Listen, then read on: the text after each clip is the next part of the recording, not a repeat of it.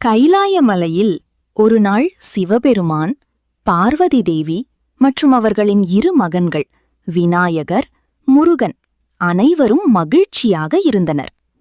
அப்போது முனிவர் நாரதர் கைலாயத்திற்கு வந்தார். அவர் கையில் ஒரு தெய்வீக மாம்பழம் இருந்தது.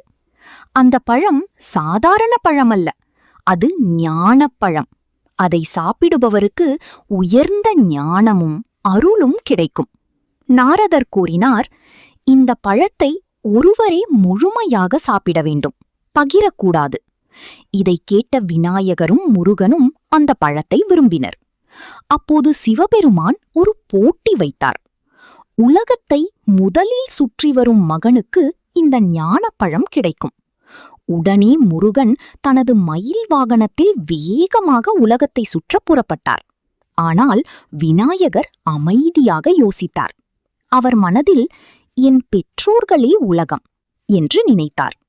பின்னர் சிவபெருமான் மற்றும் பார்வதி தேவியை 3 முறை சுற்றி வந்து வணங்கினார். சிவபெருமான் மகிழ்ந்து, உண்மையான ஞானம் இதுவே என்று கூறி ஞானப்பழத்தை விநாயகருக்கு வழங்கினார். சில நேரம் கழித்து உலகத்தை சுற்றி வந்த முருகன் பழம் விநாயகருக்கு கொடுக்கப்பட்டதை பார்த்து, அவர், என் முயற்சியை யாரும் புரிந்து கொள்ளவில்லை என்று கோபத்துடனும் வருத்தத்துடனும் கைலாயத்தை விட்டு வெளியேறினார். முருகன் தெற்கு திசையில் வந்து ஒரு மலை மேல் தியானத்தில் அமர்ந்தார். அந்த மலைதான் இன்று பழனி முருகன் கோவில் உள்ள இடம். பின்னர் சிவபெருமான் மற்றும் பார்வதி தேவி பழனிக்கு வந்து முருகனை சமாதானப்படுத்தினர்.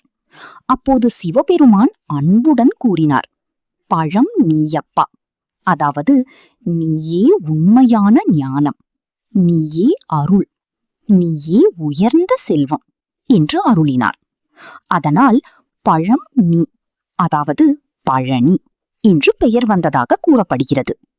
இன்று கோடிக்கணக்கான பக்தர்கள் பழனி முருகன் கோவில் சென்று காவடி எடுத்து பால் அபிஷேகம் செய்து முடி காணிக்கை செலுத்தி முருகனை வழிபடுகின்றனர்.